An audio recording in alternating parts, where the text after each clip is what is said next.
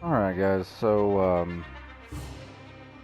if you happen to catch my other episode of or other video of this, apologies in advance. I deleted it, I killed it, because not only was it too wordy, but then I started my second episode and it ended up having to take care of a toddler situation, and so there was just like 10 minutes of me just silent standing there. So just went ahead and scrapped everything. I'm only going to do this video because, or do a few videos on Outward to kind of bring it to light. Hopefully somebody sees this and gets to witness Outward a little bit and learn something about it. I know most of the people that have heard about it were probably already following it, but I just figured one more person covering really obscure titles from smaller dev teams might help a few other people enjoy this game or maybe pick it up and support the devs. So very quickly, before we get started on creating a character, speaking of, let's go ahead and delete this guy. There we go. This game's made by a very small team. It is if I am accurate, I believe this is their first full game ever as a development team. The main people at the dev studio are all gamers at heart, and so they took a lot of mechanics that they think worked from other games and put them together into this Outward. And they didn't do any major fluff. They've been very honest about their development cycle. They've been very honest about their ability to support the game after launch. That's something that they said that they will attempt to do, and have some ideas for like DLC and add-ons and stuff if there is an audience there and if enough people buy the product. But if not, they were very candid about saying that they were not going to be able to do that unless the game is supported. So but there's a very good survival element to this game. You get hungry, you get thirsty, you get tired, and that affects your person's ability to play or to do well.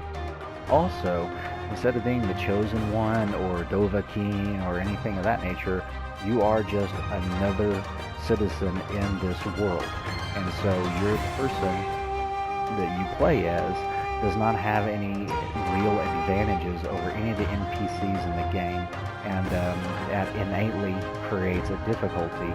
You have to plan your combat situations, you have to plan to survive, and there is a lot of real world difficulty put into that because your character is not this special raised being over all the other people or beings in the world. And I for one, is a Dark Souls person, and other games of that kin, I like the fact that the combat is challenging.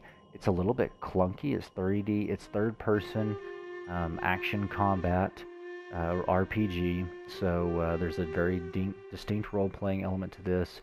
Your actions do matter; they do affect how you play the game, but there's not really necessarily a karma system or anything like that. It's more or less you become notarized as you do things, and so the combat is a little bit janky or clunky, as you want to call it. If you're fans of, say, like Arcania, or the Gothic series, or Elex, your Piranha Bytes kind of stuff from THQ Nordic. This falls a lot into that line, but then there's that Dark Souls element of you can strategically dodge attacks. There are some iframes in your dodges. It's just a little bit slower responding. It's not as smooth as, say, Dark Souls 3 or something like that, but or Sekiro. But you can block all incoming attacks. It does reduce your stamina. Stamina influences poise, and poise can get you knocked down, get you in a staggered state, and you take significant damage. However, you can do that to your enemies as well. So that's kind of the basis of this game.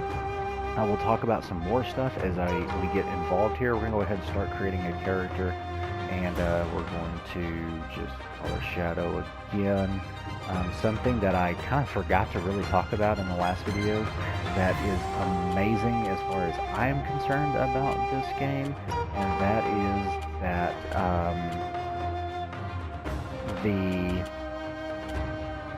we'll go blue-haired. The game can be picked up at any time and played split screen with somebody, or played cooperatively online. And so like my son and I are going to play through this game, not on this series, but we're going to play through this game co-op. And again, with it being somewhat Dark Soulsy, but a very good deep RPG that makes you think and strategize, him and I are going to have a lot of fun with that. If you had a friend that picked up the game, you could play it online cooperatively. How the co-op works is anything that you attain while you are in the other, like the host, their story progresses and everything works great. If you were the join-in partner, then you gain any experience, which is not really technically experience. It is, but it isn't. You gain any experience or skills, and also levels and any item drops from that experience. But if like you're doing the story mission that you need, your story does not progress if you're the opt-in person. Just the host gets that progression. But it allows you to see the world twice, play two different characters, kind of technically at the same time. So let's go ahead and read this real quick and get started in our playthrough. All of my life I've lived within the safety of Cierzo, spared the brutality of the world outside. But life in Ri is never that easy. For all the safety that my tribe provides, our laws are harsh. We are judged not as individuals, but as bloodlines. The failures of my bloodline weigh heavy on me. My grandmother brought ruin to our tribe long ago, bringing a heavy blood price upon my family. We've paid the debt caused by her actions ever since. I joined an expedition across the sea with my old friend Izan, hoping the money made would be enough to clear my debt. This was a mistake. I'm lucky to still be breathing after our ship hit rocks on the return voyage. Now I have no choice but to pick myself up yet again and face the wild, untamed land outside the walls. I must carve out my own future, or die trying. Alright, so you pick up, landing at the end of the shipwreck here. These people are unfortunately dead. Now, gameplay elements, something I want to cover right now, is something that I believe, if I'm accurate, I want to say that the dev team picked up from Final Fantasy XI, the MMO. I am standing still. Here, I'll go ahead and go to controls just to show you real quick. Auto run, look at the underneath the left joystick there. If you hit the joystick in while you're not doing anything, the character runs on their own, and you can use the right joystick to navigate, and you can actually use the left trigger there to sprint. And as long as you don't touch that left joystick or start any actions like gathering here, you continue to run without having to hold the stupid left joystick in. I hope more action games implement that. It is a godsend when you're running everywhere all the time. Probably doesn't work in a shooter, probably doesn't work in like survival horror games, but any open world RPGs where you're third person and actiony, having an auto run is absolutely astounding. Alright, so we're gonna sprint, we're gonna actually drink this clean water, so that way we're not thirsty. There we go. And we're gonna run up here and find us a harpoon, fishing harpoon. Okay, we don't really need that torch right now.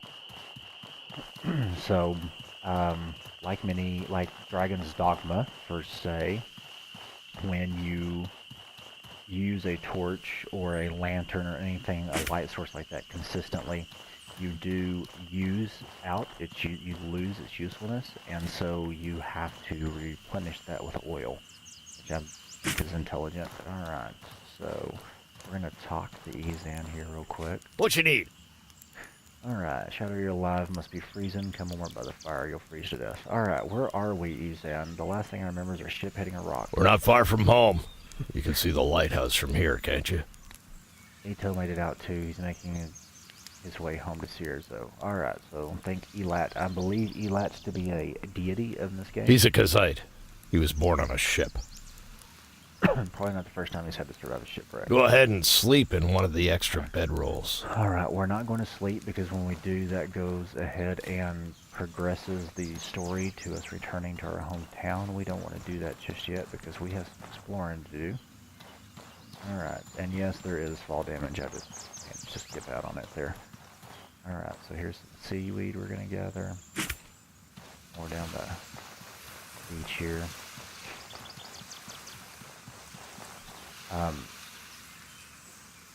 everybody's entitled to their own opinions. I will say this a few times as we talk to different NPCs. For as low budget and first time as this game is, I personally really enjoy the,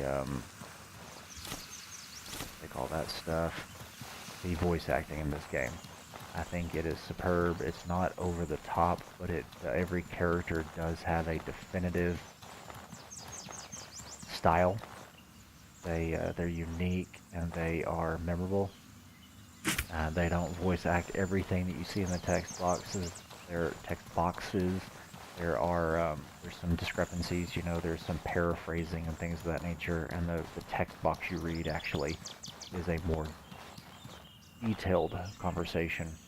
But I think with the resources they had, they did a heck of a job.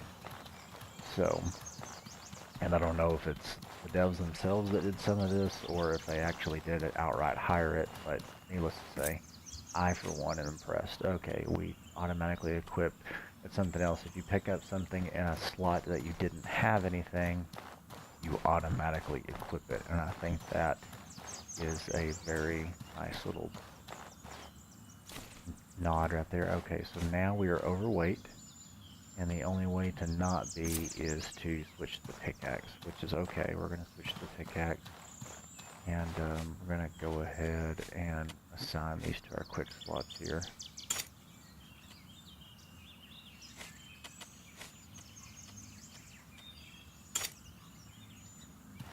Alright.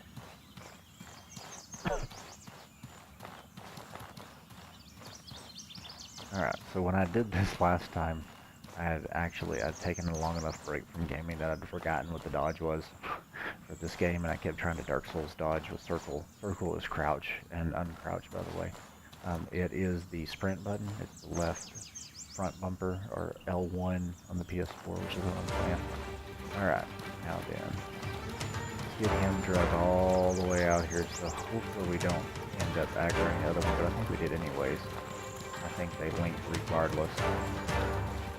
Alright, let's see what we can do here.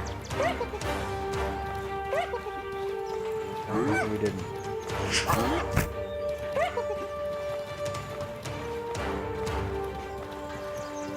This thing is just so slow.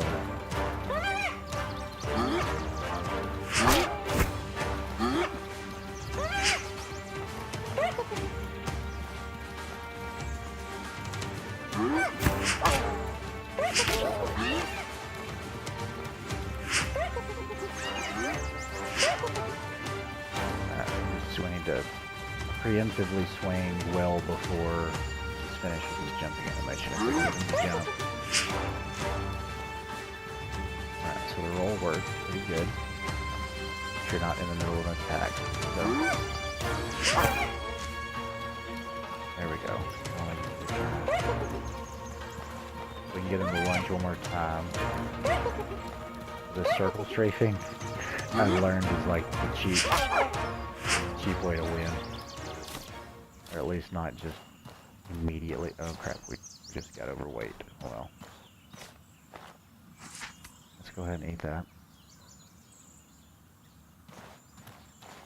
Actually, I tell you what, we're gonna go cook that meat real quick. We're definitely not going to rest, because when we rest it'll start the story, but we want to kill this other hyena. I need some practice. And as your bag gets overweight, it very rapidly decreases your ability to move freely. And it'll actually, if you get overweight, over encumbered enough, you will cease to be able to move. So let's see, we're going to use the campfire. We're going to grill some meat. Craft that. There we go. And then, removing any risk of disease. Let's eat that bad boy. And we should, there we go. We're going to gain some health over time. Now let's check our status and show you that. Okay, pouch is overweight. We recover 1/4 of the health per second for the next 600 seconds. We recover 0.4 stamina per second from the berry we ate. But we are a little bit overweight. Let's see what we're at on that. Oh, we're just a one over there. Alright. We can still get around fairly decently, though. Let's go kill this other hyena. Hopefully a little bit better than the other one. Oh, look at him. He's way over here now. Recover our stamina back up. There we go. Get him to attack. I need you to strafe too. And get up here first. Maybe moving just slow enough that we... Okay, out of range.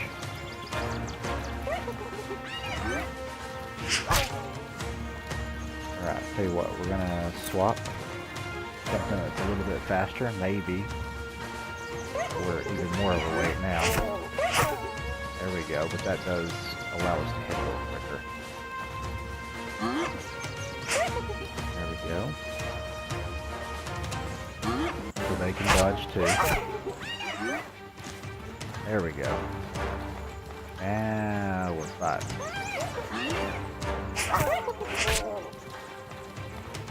Alright, he's just a couple of hits away from death. Moving so slow. Come on, Betsy. There you go.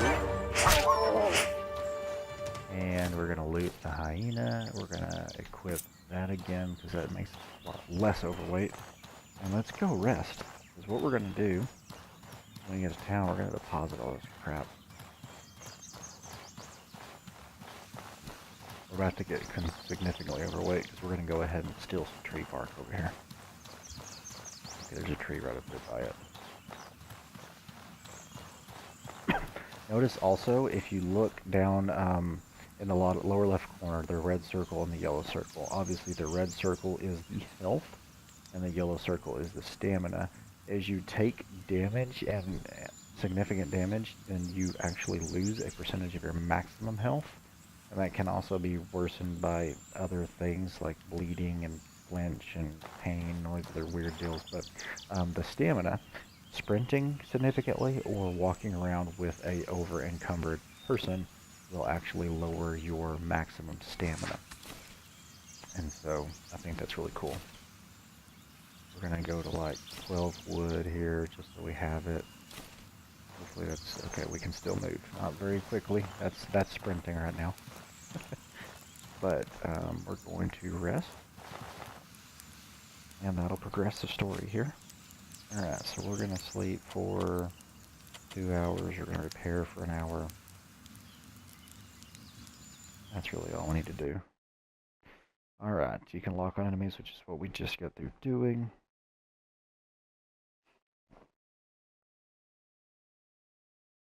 So the again, back to like actually exposing about this game.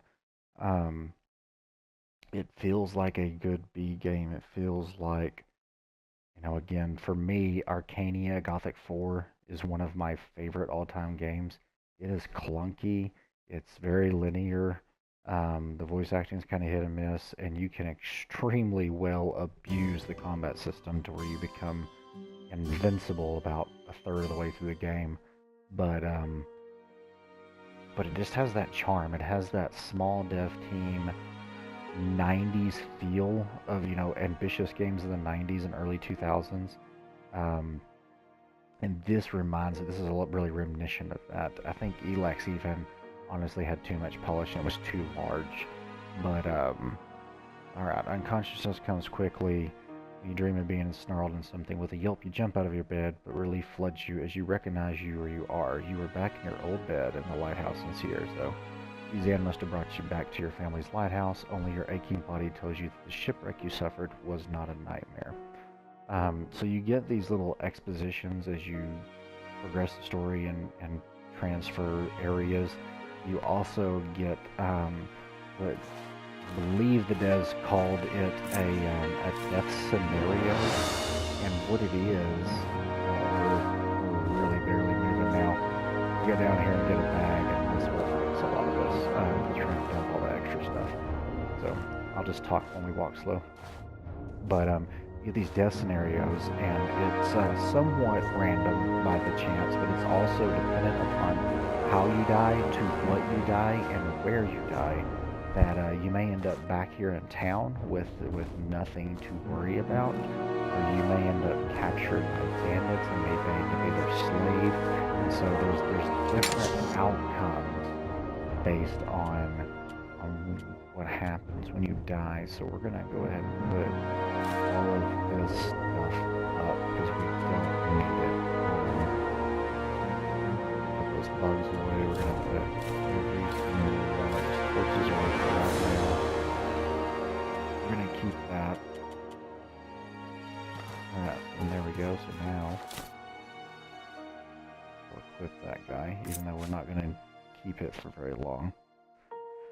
I want to equip this. Okay, I went back into our pouch, and our pouch is already overweight.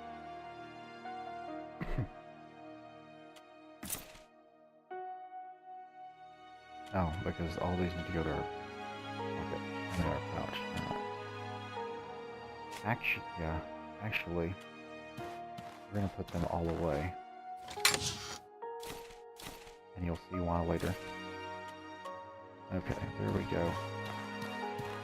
Now then, grab some stuff from here.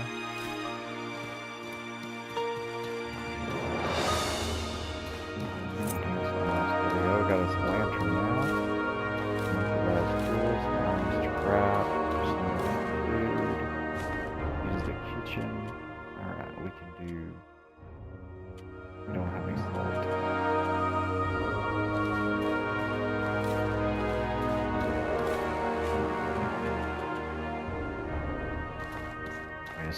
Made us a recipe. Okay.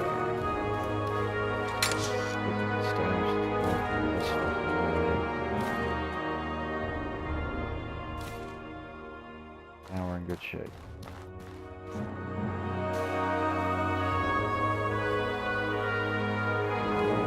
Rise and shine, Trog spawn. You think you can nip off for 4 months and not pay what you owe the tribe? A blood price is sacred. You can't just shrug off that responsibility. If I don't see the money from you by the time I count to 10, you'll regret you ever came home! Alright, let's use this one. I've done the first one. Yeah! You were on that ship too, weren't you? How many lives must your family be responsible for destroying before enough is enough? Alright, so she lost her daughter.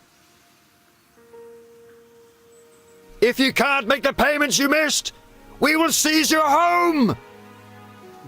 Get that guy might have been a little bit over the top. Okay, so we Enough paid of this! for 4 months. 12 people are dead. Stop this shameful behavior at once. To threaten someone like this while the lost lives are still fresh is an insult to their memory.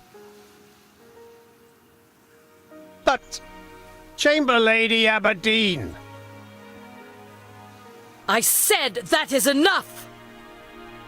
If you want to resume discussions after the mourning period, feel free. Oliel, see these people off, would you? You heard, Mother.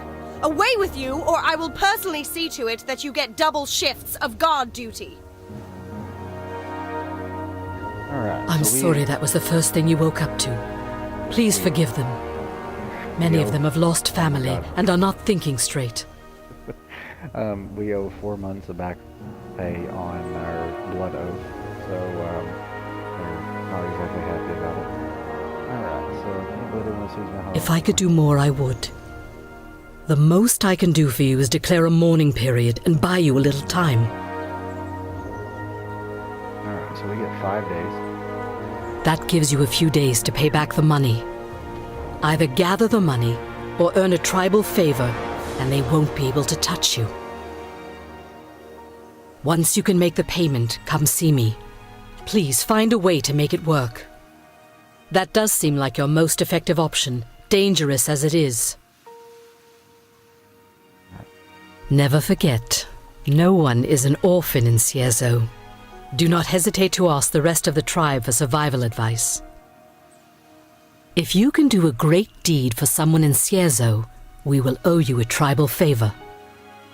Alright, so we can earn a tribal favor, which will substitute Once you're ready to everything leave Sierzo, speak with Burak, the Gate Warden. Remember, you only have a few days. May your ancestors watch over you. Okay, so talk to her daughter real quick. Check out that story. Is that all? I'm glad you survived the wreck. Rufus commissioned it for me as a going-away present. I believe the mission of Elat. But with the shipwreck, it wouldn't be right to leave so soon. I know. Risa has already promised me that she and I will be having a long talk. I know. I'll miss you and Izan too. But this is the path I choose to walk. Always strive to be better than today. Oh, that's one I definitely think some great voice acting. Alright, we're gonna get a couple more berries here.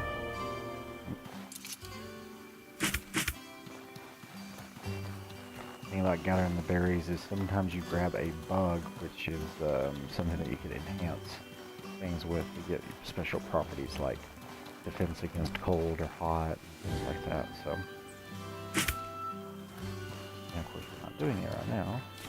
There we go. That's a nice felling axe.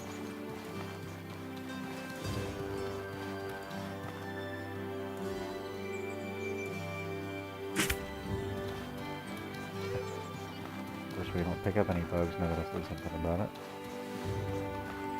Oh yeah, there's nothing up here. Go around the corner. Alright. Take all. We just got some new boots. And let's compare them. 4 resistance to impact, 3 cold weather. Those are definitely better.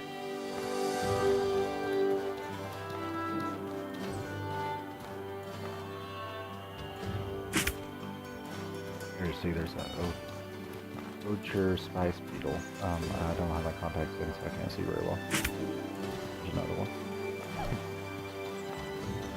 Head over here and get us something to drink. I'm going to assume that as much care as these guys took that the water skin, and let's drink some fresh water here, that we're actually wet.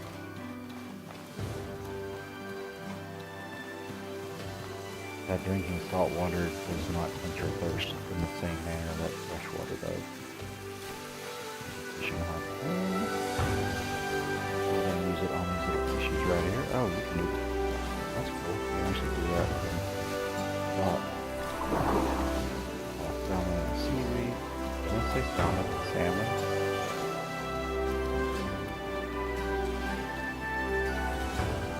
Or fish.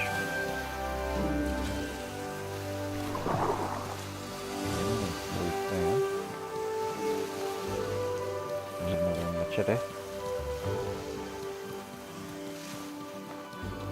Run the gamut here and pick up everything we can pick up.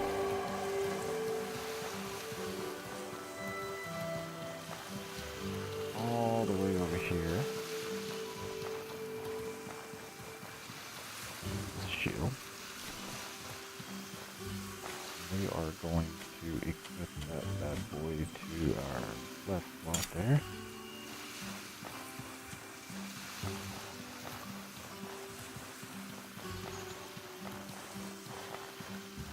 If there's anything up here, I don't think there is.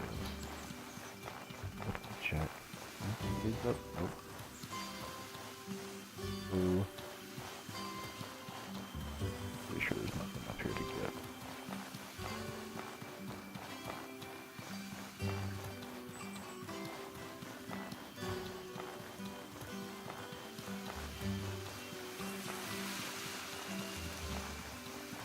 There's certainly some stuff to do in here. Alright, gathering plants and mushrooms, the most basic way to find food. Alright, well this is hitting around the 30-minute mark, so go ahead and start a new video as we enter the storage here at Cierzo and see what we rummage around and find. And hopefully this was a decent intro to Outward for you. Hope you look forward to seeing a little bit more of the game, potentially picking this up if it was, you know, either not on your radar at all or mildly on your radar. Because, again, I think these guys, while this is definitely not a AAA game, I think there's enough love and care put into this and hard work that it is deserving of your money if you like action RPGs. So, without further ado, I will go ahead and end this video, and we'll start right back up here. I'm going to go ahead and pause, and I hope to see you all on the other side.